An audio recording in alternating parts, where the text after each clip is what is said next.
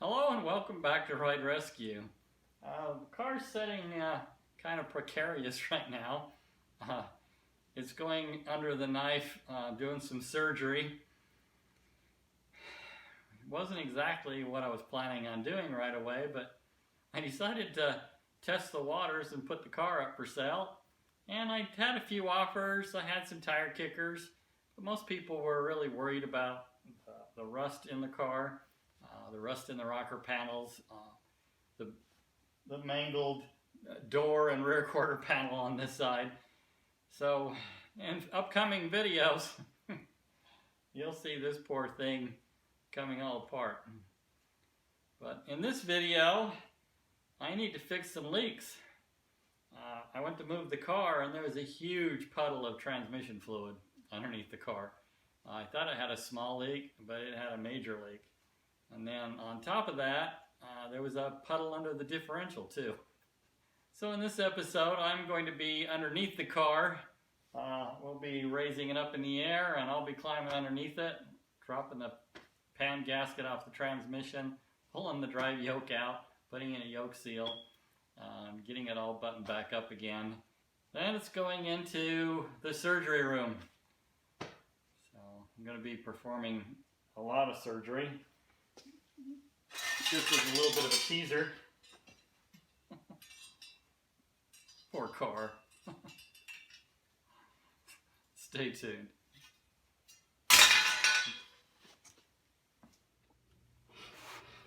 These caps have a U-bolt with a 1/2-inch nut. It does have a little keeper. It's a little metal flange that is bent around the heads of the nuts.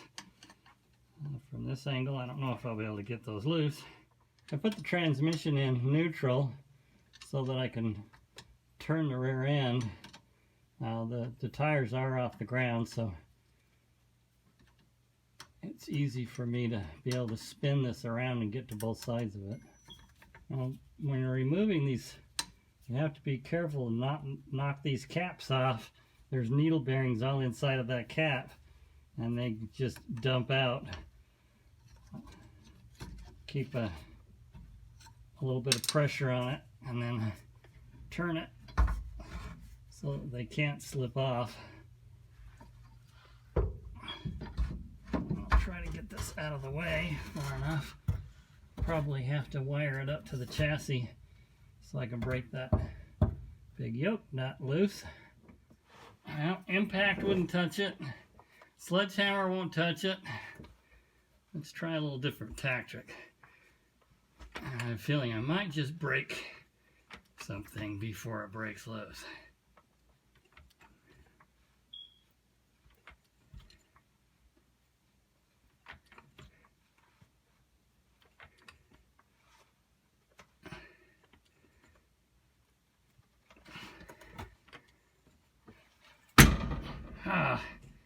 I think we got it.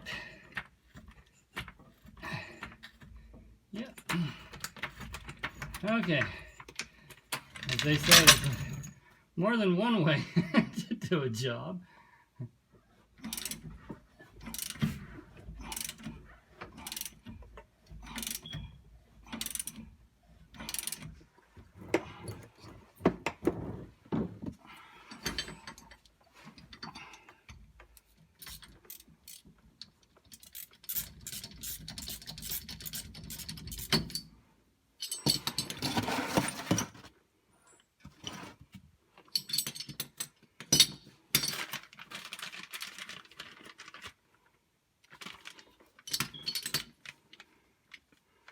Before I open it up, I want to make sure I have the right one. It was cheap. It was only $11, but it looks like it's the correct piece. Fits on good to the yoke. Looks like it fits. Man, it stinks working underneath a vehicle and not having a rack to lift the car up on, but that's what we do as DIY guys, working in our garage.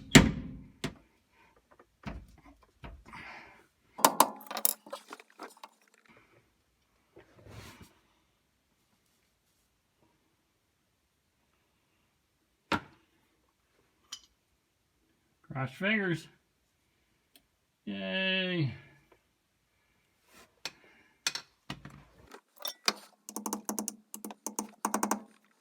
I'm going to put just a little film of grease around the surface. It will help seal and slide in.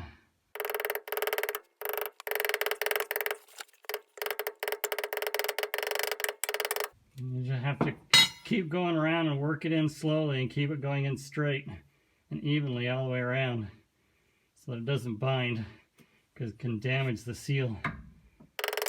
Preferably, if you have a big round socket or something that fits that surface, you can tap it into place.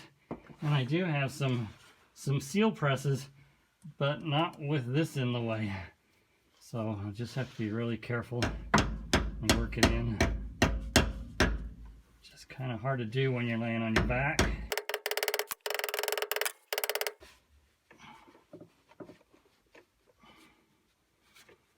Looks like I've got it in all the way.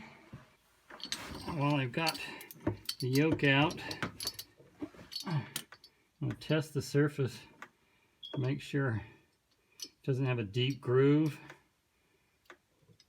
Put a little grease around it. Feels smooth. Do the same thing with the seal. Put a little grease around it.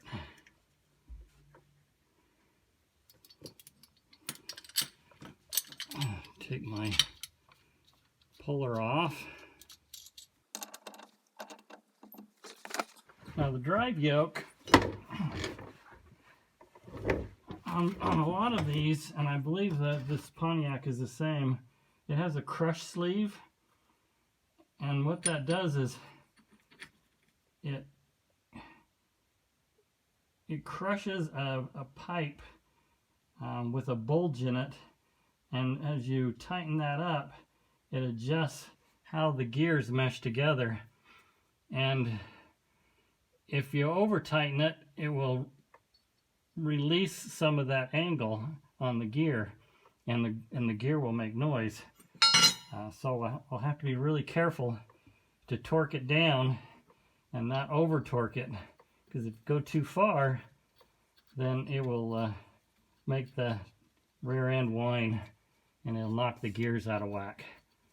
So I'll just take it down and then torque it carefully and not put too much torque. So I'll actually pull up the specs for this rear end to see what the torque spec is, so I can be careful not to crush that crush sleeve any more than necessary. You can see the movement as I get that crush sleeve where it should be, and the bearings, the needle bearings and everything all mesh together. That will become solid and it won't have any more movement in it. And then by not over tightening over that crush sleeve, everything should go right back where it was. Okay, so there's no more movement. You can hear the gears. There's just a tiny bit of play in the gear teeth. That's normal. It should be about a 32nd of an inch. So now I just need to torque down that nut. And I'm finished with this end of it. I can put that drive line back on. Let me get out the book and find out what the specs are for this. I'll tighten it down. Luckily, the old manual that I have has very specific instructions depending on what you're replacing in the rear end and how you torque this nut down. Once the needle bearings are flush and there's no movement, then you can torque it down. If you're putting in a new pinion and a new crush sleeve, there's a specification for tightening down that crush sleeve and how much movement there is. When it comes to replacing a seal, like I did, the specification is 10 to 15 foot-pounds of torque. So that way we're not changing the crush sleeve at all, and we're just getting this torqued back to where it should be so that it doesn't come loose. Carefully get this back into place so my needle bearings don't come out.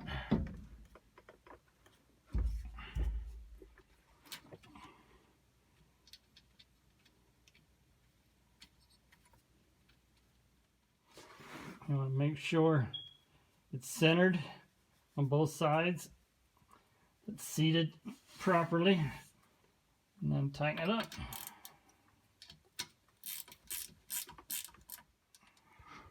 I was pretty sure this rear end was a positraction rear end, or as Pontiac calls it, a safety track.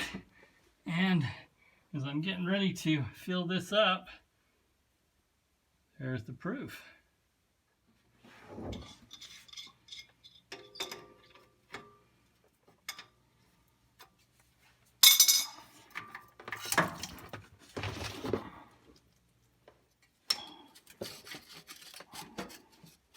There's a lot of caked on grime around these bolts. I have to get off before I can even get a socket on any of these. Wow, that's quite an understatement to say that it's grimed on there. It's like tar.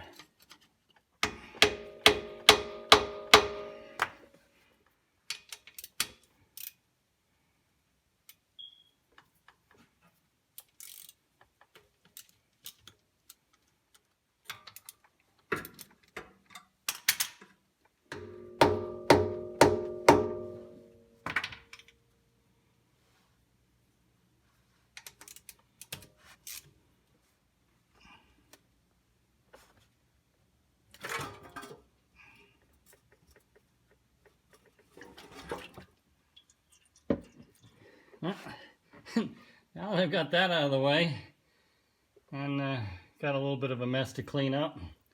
I'll let this drip for a minute or a few, and then I'll scrape all the surface down clean and wipe it down with some alcohol, and then I'll clean this pan up and all those bolts really good and put this thing back together. The transmission pan was just caked thick with grime. You can see a little bit of it here, a little bit more on this side. What I like to use is oven cleaner. I sprayed a real thick coat of oven cleaner over all of this grime and let it sit for 30 minutes or more, and then just rinse it off with the hose, and it's amazing how much of that comes off. You don't have to scrape. I mean, it was heavy, it was dense, hard. I started scraping it, it was going to take forever, so I got out the old oven cleaner, and it works great. And then on the actual surfaces, there's several different products you can use, but gently scraping it off with a chisel or a razor blade works really good, as long as you don't gouge it. And then I like to go back over the whole thing, especially these really old gaskets, and just sand it with an 80 grit or lighter sandpaper. This is an 80. It does a pretty good job. It's not leaving much of a sand scratch. And you can get most of that residue and rust off. For the inside of the pan, I just use some simple green, and the simple green, and rinse it off with water, does an excellent job cleaning up the oil residue. When it comes to sealing up the gasket, I typically use Permatex sealant. I happen to have this black silicone sealant. It's a gasket maker as well. I've used both. The Permatex I like it puts on a thicker coat and it lasts longer. It seems to bond better overall, but I've had good luck with this as well. I just happen to have a little of this left over from another project I was working on. I like to put on a good, fairly thick bead and then smooth it out across the surface, and then do the same thing with the gasket itself. Okay, I got a good thick bead. Nothing too thick. I don't want to squish it out all over the place, but just a good consistent film all over the surface. And then lay the gasket down, get it all lined up, and then I'll do the same thing with the outside edge of the gasket. I've got a good coat of gasket sealant on the gasket itself. I pressed it firm down onto the seat of the pan, so that's ready to go into place. And I just wanted to show you these bolts. These bolts were really thick and heavy. I had to pound a socket onto them to get them off, to be able to break them loose. And I just put it into a little can like this with some solvent. I actually used lacquer thinner this time, and the lacquer thinner just takes it right off. Let it soak for about an hour while I was getting everything ready. So just take a wire brush and clean off the rest of the residue. These are ready to go in. I didn't bother with all the details of putting the messy thing back in, but as you can see, I left the pan a little gritty and a little rusty. I thought about sanding it and cleaning it all up and painting it nice silver, but unlike the motor, the engine I left all brand new and shiny clean, but I'm just kind of leaving hit and miss underneath the car. The frame is shiny pretty in some spots, and it's rusty and grimy in others. The new exhaust, the newly painted cross member, but so I'm just going to kind of leave it a little grungy. But it's all sealed up, and I'll fill it back full of transmission fluid. I got to run to the hardware store and get, what is it, 9-10 quarts of transmission fluid. It uses up a lot of fluid, and hopefully it's sealed up, it doesn't leak, but I'm confident it won't. And set this back down on all 4 tires and take it for a drive. Thank you for watching this episode of Ride Rescue. I've got more videos coming up. As I mentioned earlier on in the video, I'm going to be doing a lot of surgery on this car. It's going to be pretty extensive. There's a lot of rust I want to fix, mainly cosmetic. There's no real surgery that needs to be done structurally. I do want to fix the rear quarter panel, change out this door. So watch for my next new episodes coming up with the bodywork. I really appreciate you watching. If you like what I'm doing, give me a thumbs up. Leave me a comment. I'd love to hear from you. Goodbye for now.